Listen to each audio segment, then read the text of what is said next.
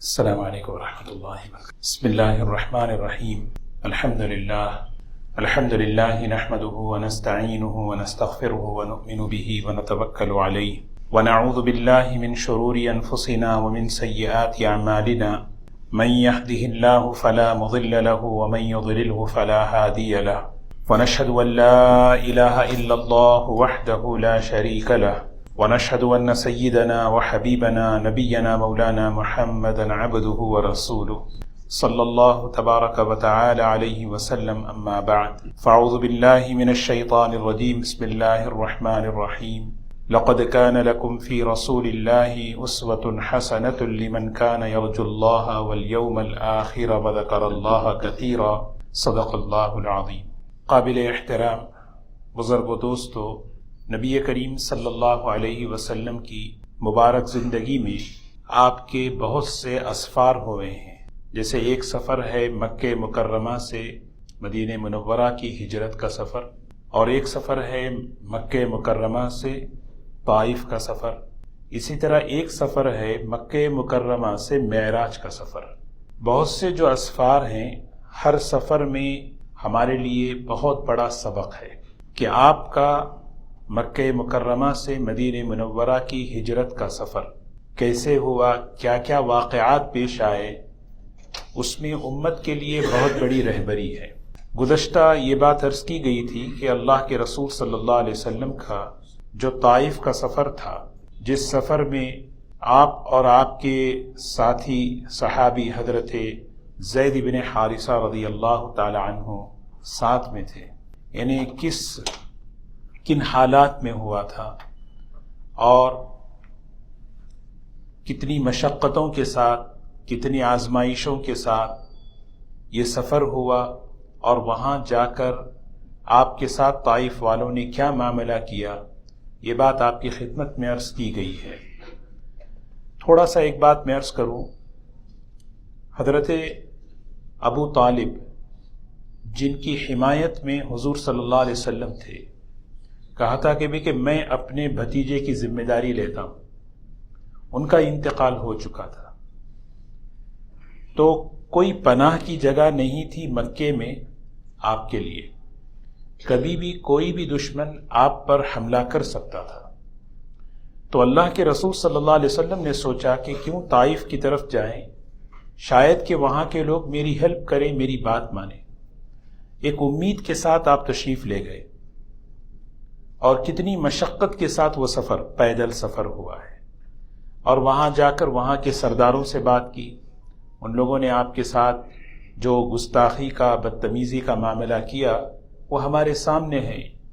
پھر یہاں تک کہ وہ شہر والوں نے آپ پر پتھر مارے، جس سے آپ جو ہے خون سے لہو لہان ہو گئے، بے ہوش ہو کر گر گئے۔ آپ کے غلام حضرت زید بن حارثہ نے اٹھایا۔ یہ ساری بات ایک طرف ہم نے سنا ہے، لیکن ایک سفر یہ بھی ہے آپ کا کہ آپ مکہ مکرمہ سے معراج کا سفر آپ نے فرمایا۔ دو الگ الگ سفر ہیں۔ اس سفر کے بعد یہ سفر پیش آیا ہے، اور دونوں میں ایک جوڑ ہے۔ وہ جوڑ یہ ہے کہ اللہ کے رسول صلی اللہ علیہ وسلم نے طائف کے سفر میں اپنے آپ کو اللہ کے دین کے لیے خوب سے خوب، یعنی قربانی کا مظاہرہ فرمایا، اللہ کے دین کے لیے اپنے آپ کو بچھا دیا، اور وہاں والوں نے ہر طرح سے آپ پر زیادتی کی، زبانی اعتبار سے بھی، ہاتھ کے اعتبار سے بھی، ہر اعتبار سے۔ اب اللہ تبارک و تعالیٰ نے بتایا، دیکھیے آپ کا جو مقام ہے، آپ کی جو عظمت ہے، آپ کی جو بلندی ہے، وہ ہم آپ کو بتانا چاہتے ہیں۔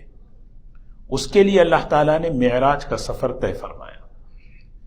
معراج کا جو واقعہ ہے قرآن پاک میں اللہ تعالیٰ نے جو بیان فرمایا، وہ ہم سب کے لیے ایک ایمان کی کسوٹی ہے، ایمان کے پہچاننے کا، کہ یہ واقعہ جب ہمارے سامنے آئے تو میں اگر اس کو ایمان کی اور یقین کی بنیاد پر اگر میں سنوں تو پھر اس واقعے میں میرے لیے بڑی نشانیاں ہیں، بڑی نصیحتیں ہیں۔ اگر اس واقعے کو میں عقل کی بنیاد پر سنوں تو پھر یہ واقعہ آدمی انکار کر دیتا ہے۔ پہلے زمانے میں بھی انکار کیے، آج بھی انکار کرتے ہیں۔ اسی لیے قرآن پاک کے جو واقعات ہیں اس کے بارے میں اللہ تعالیٰ نے فرمایا وَذَكِّرْهُمْ بِأَيَّامِ اللَّهِ، یہ اللہ تعالیٰ کے ایام ہیں، ان کو بار بار اس کا تذکرہ کرو۔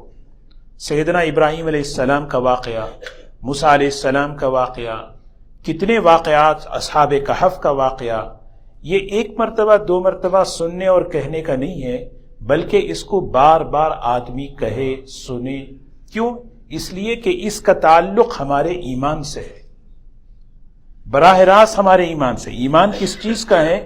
لا الہ الا اللہ محمد الرسول اللہ، یہ کلمہ ایمان ہے۔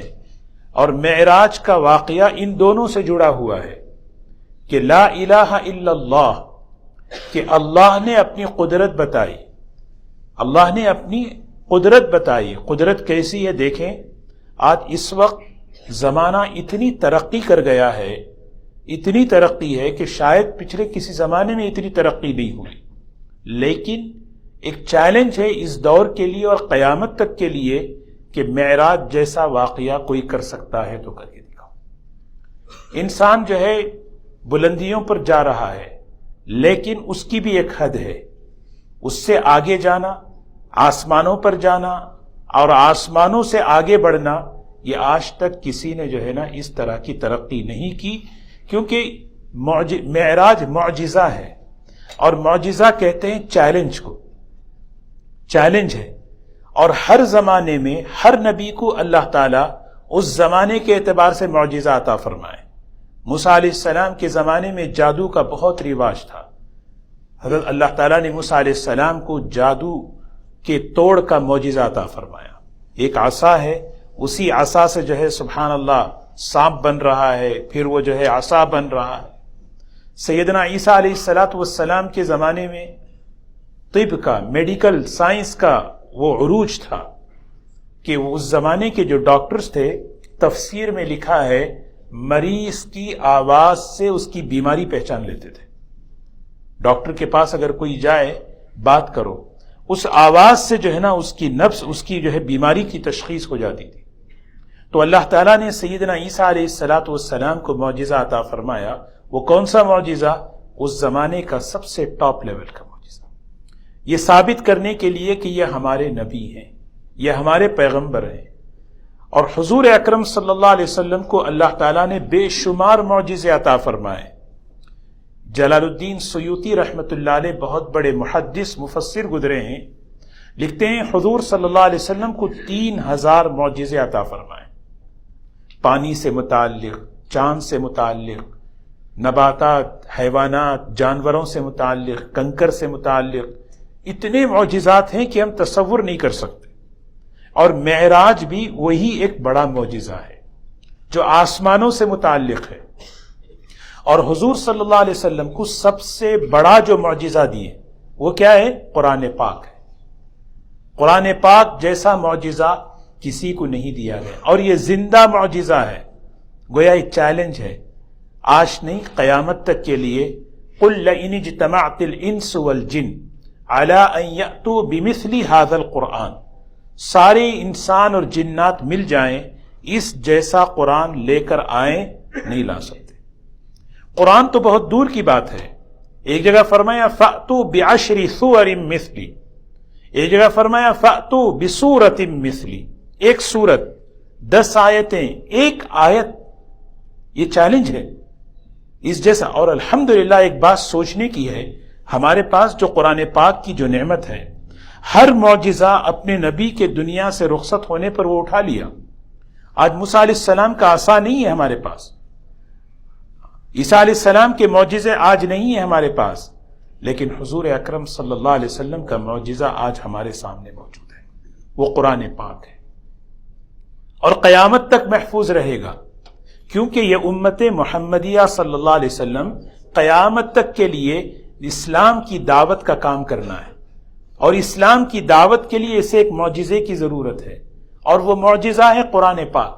اس لیے اس کی حفاظت اللہ نے فرمائی ہے، اور اللہ نے فرما کر یہ معجزہ ہماری، دیکھیے نا کتنی بڑی برکت والی ہے یہ امت، کہ آج اس امت کے پاس عیسیٰ علیہ السلام کے ماننے والے، موسیٰ علیہ السلام کے ماننے والے سب موجود ہیں، لیکن ان کے پاس ان کے نبیوں کا معجزہ نہیں ہے.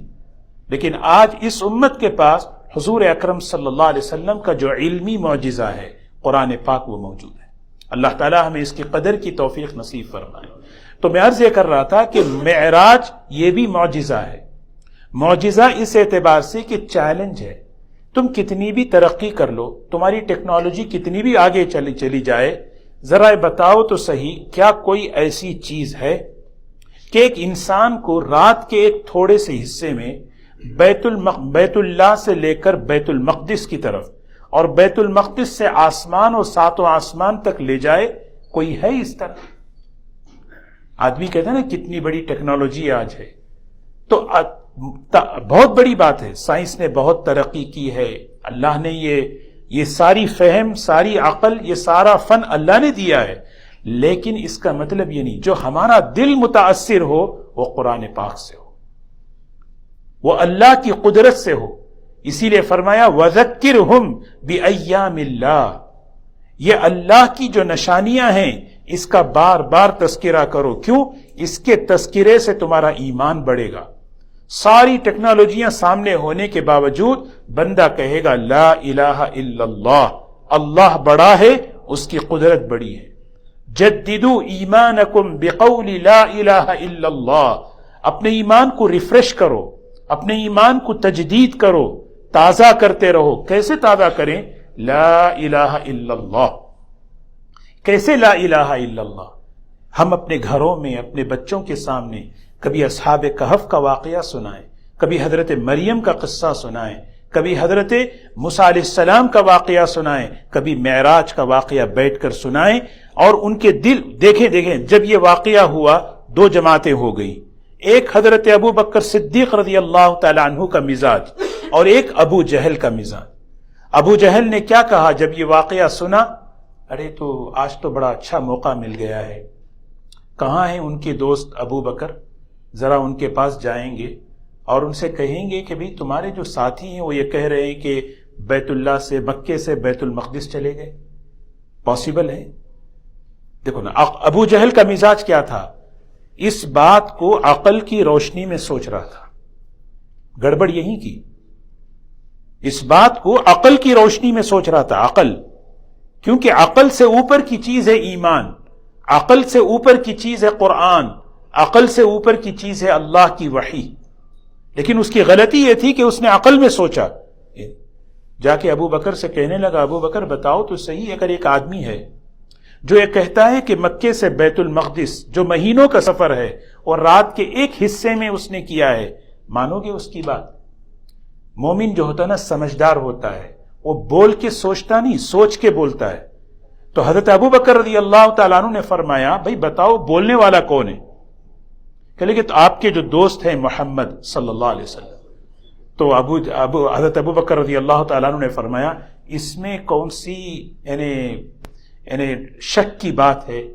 وہ تو نبی ہیں، ان کا جو خادم ہے جبرائیل ہزاروں مرتبہ آسمان سے نیچے آتا ہے اور ہم تسلیم کرتے ہیں.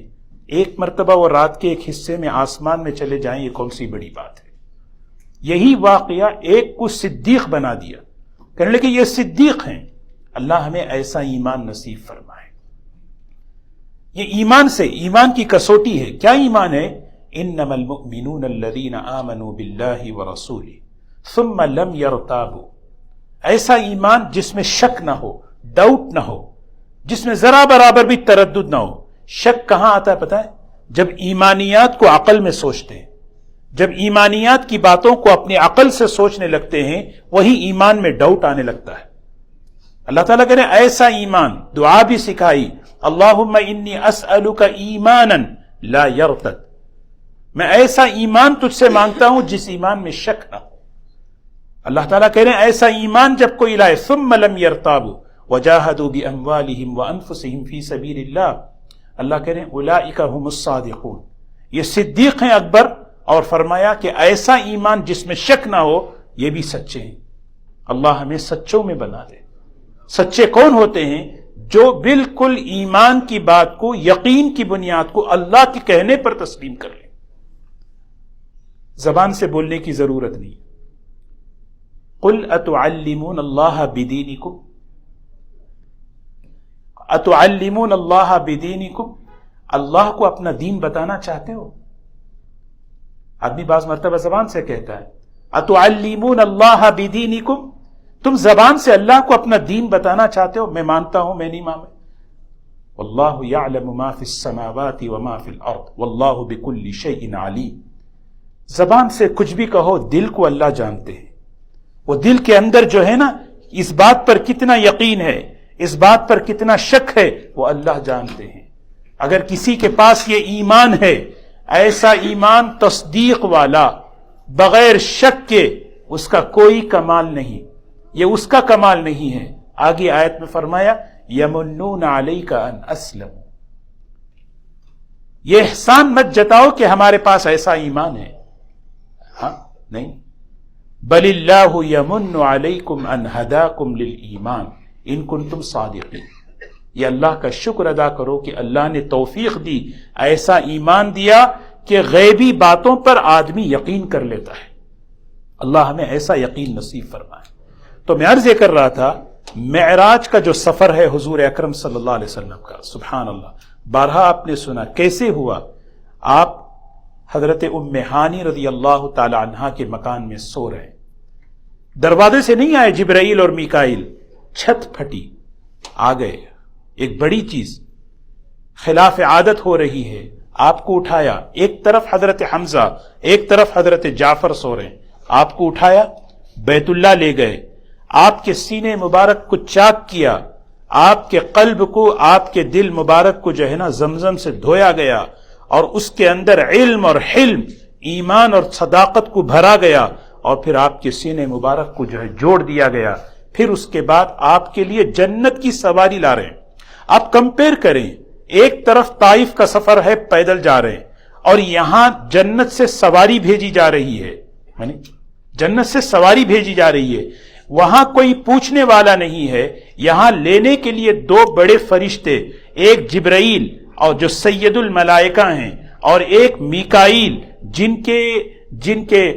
جن کے نظام میں اللہ تعالیٰ نے پہاڑوں کا، بارشوں کا نظام اللہ ان کے حوالے کیا، ایسے طاقتور فرشتے بھیج رہے ہیں، اور جنت سے سواری آ رہی ہے۔ بٹھایا گیا، 4 جگہ اسٹاپ ہو رہا ہے۔ پہلی جگہ اترے مدینہ منورہ، 2 رکعت نماز پڑھیے، ہر طرف کھجور کے باغات ہیں۔ پوچھا جبرائیل یہ کون سا علاقہ ہے؟ فرمایا یہ مدینہ منورہ ہے، یہاں آپ کی ہجرت ہونے والی ہے۔ پھر آگے چلے، وہاں پہ وادی سینا جہاں موسیٰ علیہ السلام نے اللہ سے کلام کیا، وہاں اترے، وہاں اتر کر 2 رکعت نماز پڑھی۔ بیت اللحم میں اتر کر 2 رکعت نماز پڑھی۔ یہ سارے 3 عالم ہیں، عالم دنیا، عالم برزخ، عالم آخرت، یہ تینوں عالم کا مشاہدہ ہو رہا ہے۔ اور جب بیت المقدس پہنچے، سوچیں طائف میں کیا ہوا؟ طائف والوں نے دروازے بند کر دیے نا، ہم آپ کی بات نہیں سنیں گے، دل ٹوٹا آپ کا۔ اللہ تعالیٰ جو ہے نا، انا عند المنکسرۃ قلوبہم، میں اس بندے کے بہت قریب ہوتا ہوں جس کا دل ٹوٹا ہوا ہوتا ہے۔ اپنا دل اللہ تعالیٰ نے حضور صلی اللہ علیہ وسلم کا دل رکھنے کے لیے، اب بتا دیکھیں، آپ وہاں گئے مہمان بن کر، وہ میزبان تھے، اب میں میزبان ہوں، تم میرے مہمان ہو۔ اب دیکھو تو صحیح پروٹوکال کیسے ہوتا ہے۔ اب کیا کر رہے ہیں؟ ان لوگوں نے تو دروازے بند کر دیے، اب آسمان والے تمہارے لیے دروازے کیسے کھول رہے ہیں؟ ایک ایک آسمان پر آپ پہنچ رہے ہیں، زبان سے آواز آ رہی ہے مرحبا بالنبی الصالح، مرحبا مرحبا، استقبال ہو رہا ہے۔ یہ جوڑ کیوں بتایا گیا؟ وجہ اس کی یہ بتائی گئی کہ جب بندہ اللہ کے لیے تواضع اختیار کرتا ہے، بندگی اختیار کرتا ہے، اللہ اسے عزت عطا فرماتے۔ من تواضع للہ رفعہ اللہ، جو اللہ کے لیے قربانی دے رہا ہے۔ اب زندگی میں کیا ہے؟ اسلام دین پر چلنے کی وجہ سے، ایمان کی وجہ سے حالات آ رہے ہیں، حالات آدمی پہ آ رہے ہیں۔ دنیا حالات کی جگہ ہے، کبھی حالات جو ہے مختلف قسم کے، آدمی کا دل ٹوٹا ہوا ہے، آدمی گھبرائے نہیں، اللہ کی مدد حق ہے، اللہ ساتھ ہے۔ طائف میں کیوں نہیں تھا اللہ تعالیٰ ساتھ؟ جو اللہ تعالیٰ یہاں سواری بھیج رہا ہے وہاں کیوں نہیں بھیجا؟ جو اللہ تعالیٰ فرشتوں کو وہاں مدد کے لیے بھیجا، یہاں کیوں نہیں؟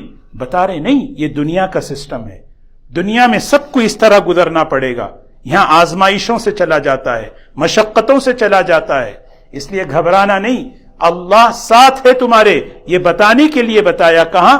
آؤ آپ معراج میں، کتنے ساتھ ہیں؟ وَلَقَدْ رَآهُ نَزْلَةً أُخْرَى عِنْدَ سِدْرَةِ الْمُنْتَهَى عِنْدَهَا جَنَّةُ الْمَأْوَى إِذْ يَغْشَى السِّدْرَةَ مَا يَغْشَى مَا زَاغَ الْبَصَرُ وَمَا طَغَى وَلَقَدْ رَآ مِنْ آيَاتِ رَبِّهِ الْكُبْرَى۔ سدرۃ المنتہا، جہاں پر مخلوق کی انتہا ہوتی ہے، سبحان اللہ، وہاں تک پہنچے گی۔ آپ بارہا واقعہ سنے ہیں کہ ایک جو ہے آسمان پر ایک نبی سے ملاقات ہو رہی ہے، یہاں طائف والے جو ہے نا بات نہیں کر پا رہے، 3 بڑے سردار دروازہ بند کر دیے۔ انبیاء علیہ السلام کی جماعت میں 7 انبیاء علیہ السلام ہیں، 8 انبیاء علیہ السلام ہیں، اللہ تعالیٰ نے ملاقات کرائی، حضرت آدم علیہ السلام، حضرت عیسیٰ علیہ السلام، حضرت یحییٰ، حضرت یوسف، حضرت ادریس اور حضرت موسیٰ اور ہارون اور حضرت ابراہیم علیہ السلام سے۔ کیوں؟ اصل یہ بتا رہے، دیکھیں نا، اصل آدمی یہ دیکھے کہ میرا اللہ کے پاس کیا مقام ہے، میں اللہ کے پاس میرا مقام بن جائے، میرا اللہ کے پاس۔ وَرَفَعْنَا لَكَ ذِكْرَكَ وَرَفَعْ محمد الرسول اللہ صلی اللہ علیہ وسلم۔ ان کی عظمت ہمارے دل میں آئے، کتنی بڑی عظمت ہے، کتنا بڑا مقام ہے کہ اللہ تعالیٰ نے ان کو کیسی بلندی عطا فرمائی، کسی کو ایسی بلندی نہیں دی گئی، کسی کو یہ مقام نہیں دیا گیا، اتنا بڑا مقام کہ پھر سدرۃ المنتہا سے اور آگے یہاں تک کہ اللہ نے اپنا قرب عطا فرما کر خصوصی تحفے دیے جا رہے ہیں، وہاں سے نکالا جا رہا ہے، یہاں تحفے دیے جا رہے ہیں۔ سو یہ چیز ہمیں سوچنے کی ہے۔ ایک طرف طائف کا سفر ہے، جس سفر کے اندر زمین والوں نے دروازے بند کر دیے، اللہ تعالیٰ کہہ رہے مایوس نہ ہو، ہمارے دروازے ایسے ہی کھلتے ہیں ہمارے بندوں کے لیے۔ جب آدمی اللہ کے دین کے لیے ذلت اٹھاتا ہے، قربانیاں دیتا ہے، اللہ تبارک و تعالیٰ ایسی ہی بلندیاں اسے عطا فرماتے ہیں۔ جب کوئی مشکلات آتی ہیں زندگیوں میں، پریشانیاں آتی ہیں، مایوس نہیں ہونا چاہیے۔ ان مع العسر یسرا، آسانیاں آئیں گی، کیسے آئیں گی؟ یہ سفر دیکھو کہ کیسی آسانیاں آئیں۔ حدیث میں آتا ہے، قرطبی رحمت اللہ علیہ فرماتے ہیں، جب ایک مسلمان کا انتقال ہوتا ہے، اس کی روح کو اللہ تبارک و تعالی فرشتوں کے ذریعے اسی راستے سے آسمان پر لے جاتے ہیں جس راستے پر حضور اکرم صلی اللہ علیہ وسلم معراج میں تشریف لے گئے۔ اتنا بڑا اعزاز۔ تو دنیا کیوں ہے؟ دنیا اللہ نے کس لیے بنائی؟ دنیا اللہ نے اللہ کی بندگی کے لیے بنائی۔ طائف کے سفر میں حضور صلی اللہ علیہ وسلم نے بندگی کا اظہار فرمایا، اے اللہ میں تیرا بندہ ہوں، تو نے مجھے ایک ذمہ داری دی ہے، اس ذمہ داری کو میں ادا کرنا میرا کام ہے۔ مان رہے ہیں اچھی بات، نہیں مان رہے میں نہیں، دعا کر رہے ہیں اور اس دعا میں یہ بتا رہے ہیں، اے اللہ اگر تو ناراض نہیں ہے تو کسی چیز کی پرواہ نہیں، ہم ناراض نہیں ہیں آپ سے، اگر ناراض ہوتے تو یہ پروٹوکول نہیں کرتے۔ اب آئیے آپ کو بتاتے ہیں آپ کا ہمارے پاس کیا مقام ہے، کتنا بڑا مقام ہے، سبحان اللہ۔ ایسا مقام کسی نبی کو نہیں دیا گیا، کسی ولی، کسی مقرب فرشتے کو نہیں ملا۔ سارے فرشتے دیکھ رہے ہیں، استقبال کر رہے۔ اسی لیے دوستو یہ واقعہ جو ہے نا ہمارے ایمان کی کسوٹی کا ذریعہ، اور اس کا ہمارے عمل سے بھی تعلق ہے۔ ہماری عملی زندگی سے کیا ہے؟ عملی زندگی ہمیشہ یہ ہو کہ ایک مسلمان کبھی بھی کسی بھی حال میں مایوس نہ ہو، ہر حال میں یہ یقین رکھے اللہ میرے ساتھ ہے، اللہ میرے ساتھ ہے۔ واپس جب تشریف لائے آپ مکہ مکرمہ، سارے مکے والوں نے آپ کے لیے دروازے بند کر دیے تھے۔ سوچیں ایک آدمی مکے میں پیدا ہوا ہے، اس کے لیے مکے کا دروازہ بند۔ آپ نے زید ابن حارثہ کو کہا ذرا جا کر جو ہے جبیر ابن مطعم سے بات کرو، مطعم ابن عدی سے بات کرو اور اس سے کہو کہ ہمیں پناہ دے دے، ہم اس کے پاس رہنا چاہتے ہیں۔ کن حالات میں گزر رہے ہیں دنیا میں؟ آدمی دنیا میں حالات میں اگر گزر رہا ہے، یہ نہ سوچے، نہیں بلکہ یہ سوچے میرا اللہ کے ساتھ معاملہ صحیح ہو۔ اصل چیز ہے میں اللہ تعالیٰ والذین اتقوا فوقہم یوم القیامہ. اصل عزت اللہ کے پاس، اصل کامیابی اللہ کے پاس. دنیا کی زندگی یہ تو انسان کے لیے حالات اور امتحان کی جگہ ہے. اللہ تبارک و تعالی ہمیں اس پر یقین نصیب فرمائے.